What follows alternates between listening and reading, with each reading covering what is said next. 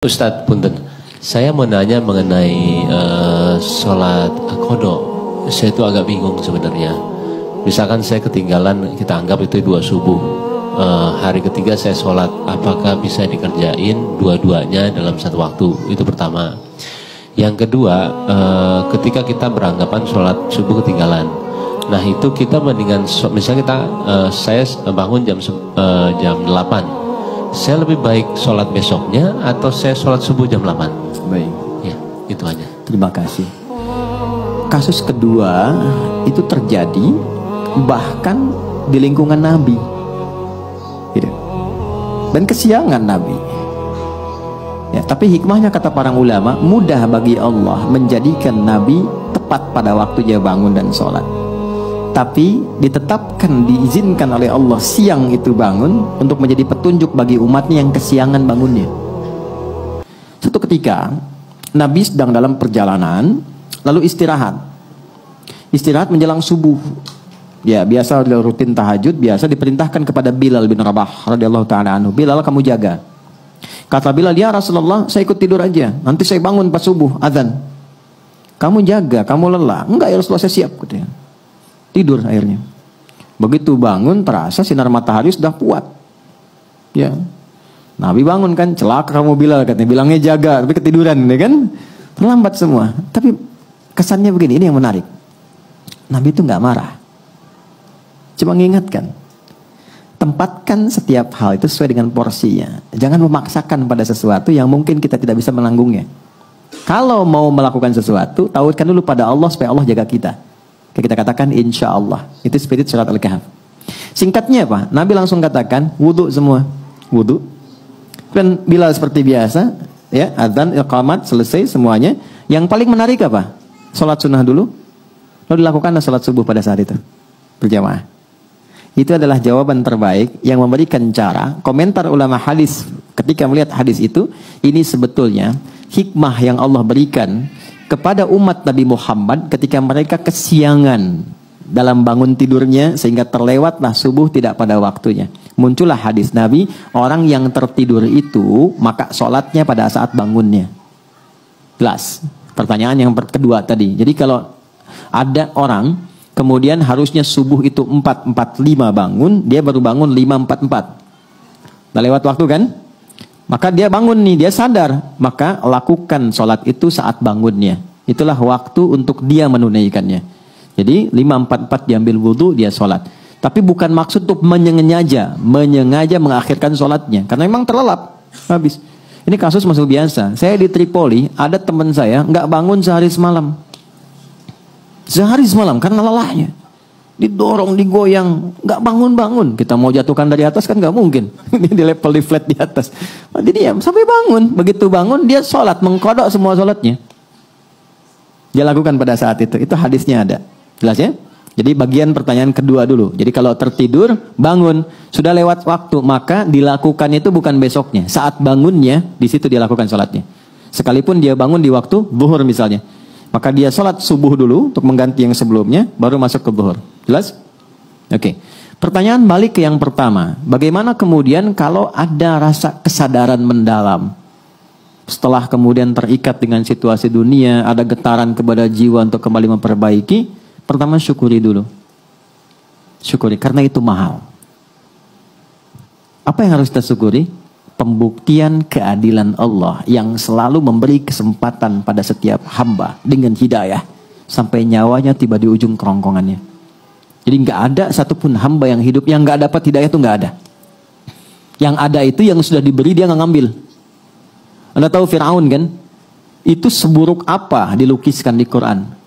Tapi tetap dengan kejamnya itu tetap diberikan 2 nabi supaya sampai hidayah kepadanya. Cuman Fir'aunnya nggak ngambil.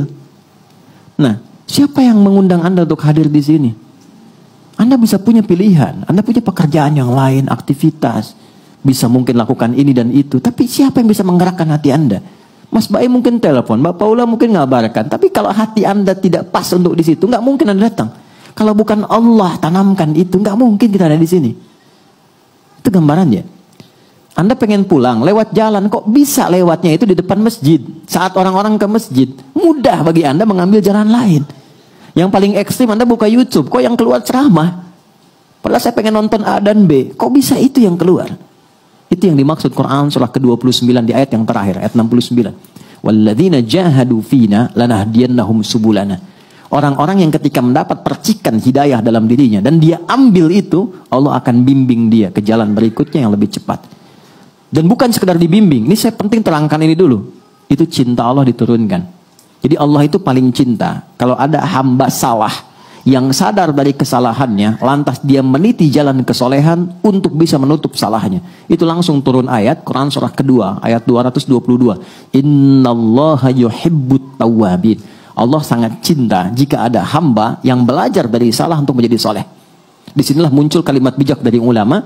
Allah lebih mencintai orang salah, ya, pelaku maksiat yang gemar bertobat dibandingkan orang soleh yang tidak pernah merasa salah. Nah, maka di titik itu penting kita menata. Apa nih salahnya? Tadi sholat. Oke, kita merasa sholat banyak tertinggal. Sekarang pengen kembali, pengen ditutup. Bagaimana caranya? Ulama ngasih solusi. Maka dikiaskan, dianalogikan dengan orang tidur tadi. Tapi udah panjang, walaupun bukan Ashabul Kahfi. Maka bagaimana caranya? Dekatkan pada waktu-waktunya. Ini rumusnya, nomor telepon menuju kepada Allah 24434. Subuh, duhur, asar, maghrib, isya. Oke? Saya nggak tahu udah terlewat berapa lama dulu. Sulit menghitungnya. Gampangnya gini, subuh begitu sudah dikerjakan, niatkan qadha, berikutnya sholat lagi, niatkan untuk yang sebelumnya. Jelas? Dekatkan dengan waktunya. Itu untuk pertanyaan yang pertama tadi. Sholat dulu sesuai dengan waktu 2 rakaat. Setelah itu bangkit salat lagi 2 rakaat untuk nutup yang sebelumnya. Dah. Zuhur 4 rakaat salat. Setelah itu dekatkan untuk nutup yang sebelumnya. Jelas? Baik. Kapan ini dikerjakan? Sederhananya yang gampang. Kalau kita sedang dalam suasana jamaah, supaya tidak menarik perhatian dan salah persepsi, salah duga, dan timbul hal yang baru yang tidak seharusnya muncul, 2 caranya. 1, ketika adzan berkumandang kan ada space salat sunnah kan? Kerjakan sholat sunnahnya, yang pertamanya kerjakan, kemudian di situ kita bisa niatkan untuk menutup yang sebelumnya, baru ikut jamaah. Atau ikut jamaah di sini, ketika pulang dari rumah sholat lagi untuk tutup yang sebelumnya. Dan orang rumah, kalau ada salah satu di rumah yang mengerjakan itu dan dia memang menjelaskan untuk menutup yang lama, banggalah. Jangan eksplorasi kekurangannya, tapi berbahagialah karena Allah sedang merubah jalan hidup di keluarga itu menjadi lebih baik. Ya, jadi ketika Allah sudah kirimkan dia untuk menutup yang lalu, Anda tidak ditugaskan untuk mengoreknya kembali. Jangan gali, jangan sudutkan, tapi motivasikan. Alhamdulillah Pak, kalau perlu jamaah aja, Bapak depan aku di belakang, supaya sholatnya bernilai misalnya. Nggak apa-apa. Jelas? Oh, kamu ketinggalan juga? Enggak, buat support kamu aja. Itu biasa dunia. Zuhur begitu. Ya, asar begitu. Maghrib begitu konsepnya. Dikerjakan dulu yang sekarang waktunya. Setelah itu niatkan, sholat lagi, niatkan untuk menutup yang sebelumnya. Yang Allah lihat bukan berapa jumlah untuk menutup yang lainnya, tapi yang Allah lihat kesungguhan kita untuk berubah. Itu kata para ulama. Ya, ada imam berpendapat bahwa ya kalau sudah lupa berapa, itu kita nggak perlu mengkodok kembali.